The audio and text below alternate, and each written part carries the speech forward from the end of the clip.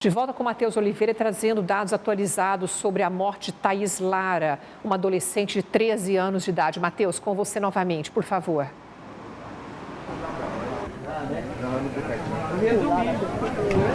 Exatamente, Luciana, a gente continua aqui no Madre Germana 2, acompanhando toda a movimentação da polícia científica que ainda procura, ainda está procurando o corpo da menina Thaís Lara, que desapareceu em 2019. Quem está aqui com a gente para falar ao vivo conosco é a dona Jacione, que é mãe da Thaís.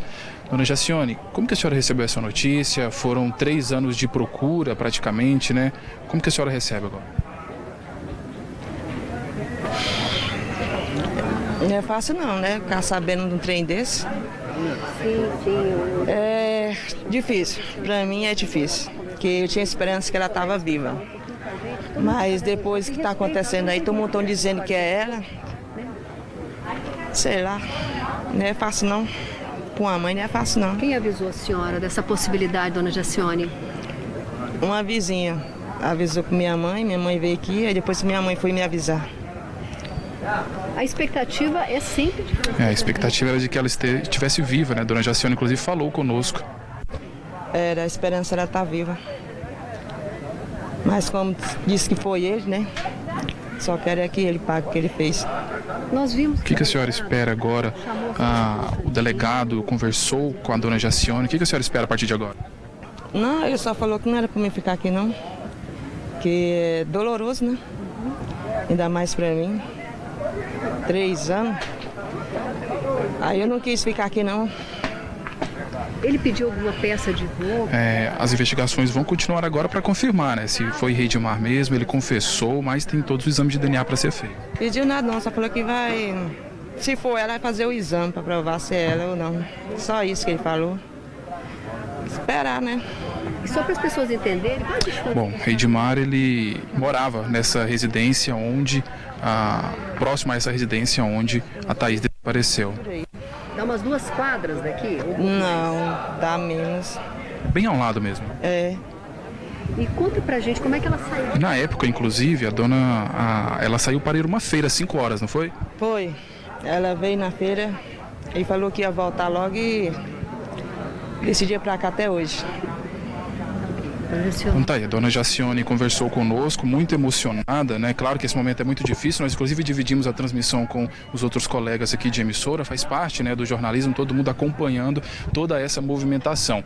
Só a título de informação, aquela casa que não tem reboco, né, que tem um muro de tijolos sem reboco, o Reidmar morou ali naquela residência, morou naquela casa por mais de 1 ano, segundo informaram aqui os vizinhos, o pessoal que pode ter ou lembra de ter visto o Reidmar nesse local. E ele confessou que ali naquela casa ele matou a menina e jogou o corpo dela dentro de uma fossa. Depois jogou entulho e areia. Então, essa é a informação que a gente tem, que a polícia passou, que Reidmar teria de fato confessado onde deixou o corpo da menina. Então, desde as primeiras horas da manhã, a polícia científica, bombeiros estão procurando o corpo da menina, mas até o momento ninguém saiu de lá. O veículo do próprio IML está aqui também no local, mas por enquanto nenhum policial saiu portando nenhum pacote com restos mortais ou algo do tipo. Então a gente continua acompanhando agora para saber quais serão os próximos passos. Lembrando, o Reidmar confessou também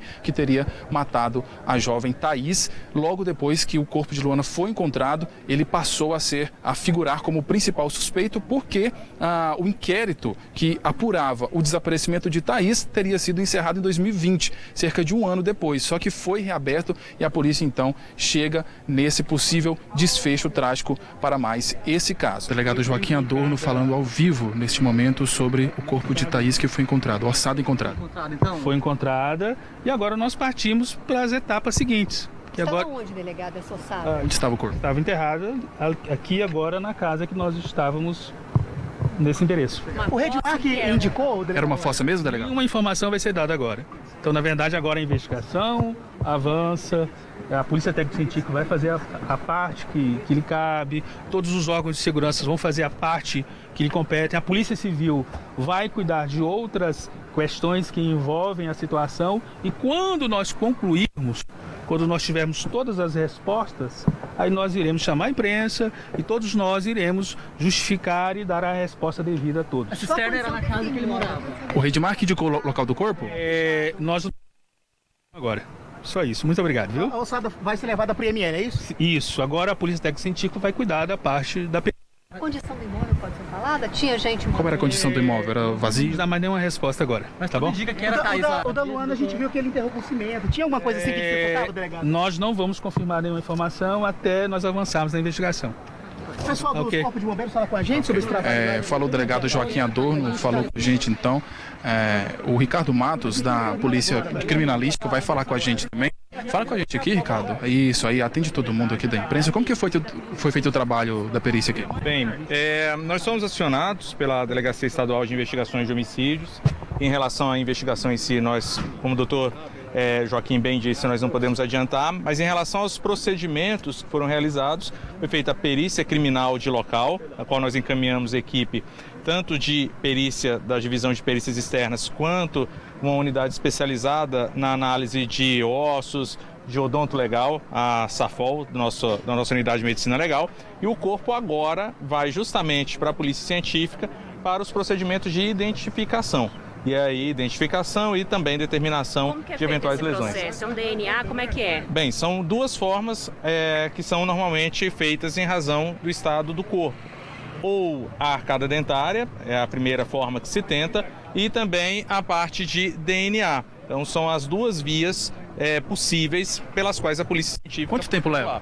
A princípio, trata-se de um corpo de adolescente? Bem, a faixa etária, sexo e outros parâmetros, eles também são determinados por meio desses exames. Então é muito preliminar, não é possível e também nós não poderemos adiantar nenhum fato nesse momento. Só que o procedimento será feito justamente para responder essa questão. Você teve dificuldade para encontrar esse corpo? Tinha algum empecilho igual tinha o da Luana?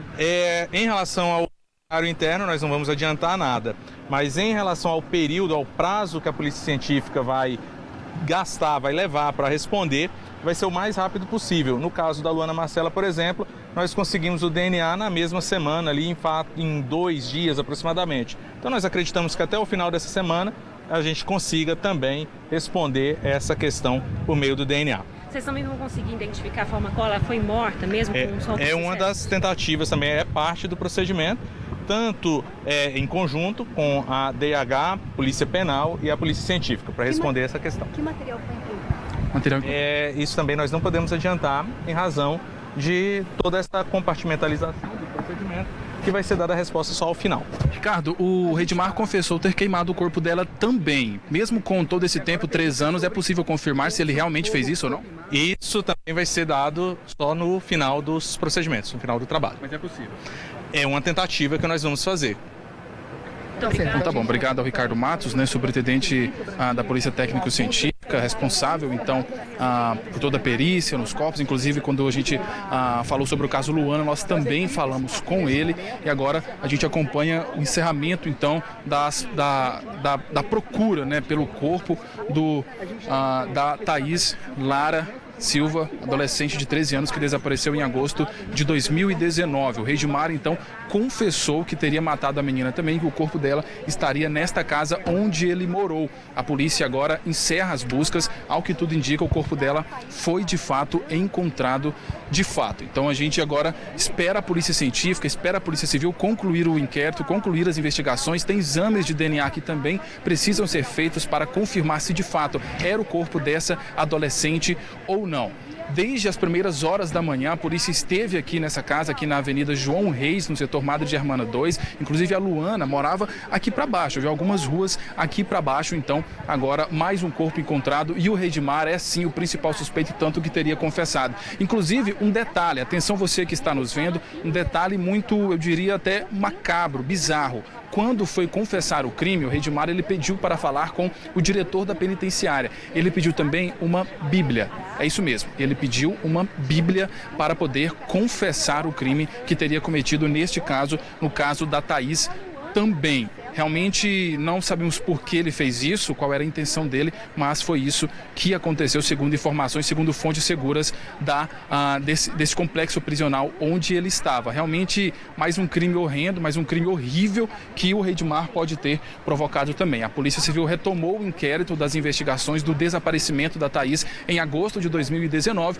e agora chega ao desfecho. Lembrando que o inquérito foi retomado após a morte de Luana e após o Redmar ter confessado que teria matado Luana. As semelhanças entre um caso e outro chamaram a atenção da polícia. São duas meninas jovens, duas meninas aqui do Madre Germana, têm basicamente a mesma idade, então tudo isso levantou suspeitas da Polícia Civil. A gente continua acompanhando, são muitas informações a todo momento, mas parece que infelizmente mais um caso vai chegando ao fim aqui no Madre Germana 2. Volto com vocês. Matheus, ele deveria recorrer à Bíblia antes de cometer esses crimes bárbaros, né? Mas cobrar consciência e sensibilidade de um monstro desse é demais, porque são dois crimes em tempos diferentes. Vocês se lembram muito bem quando aconteceu o desaparecimento de Luana Marcelo, que saiu para comprar pão e não voltou mais.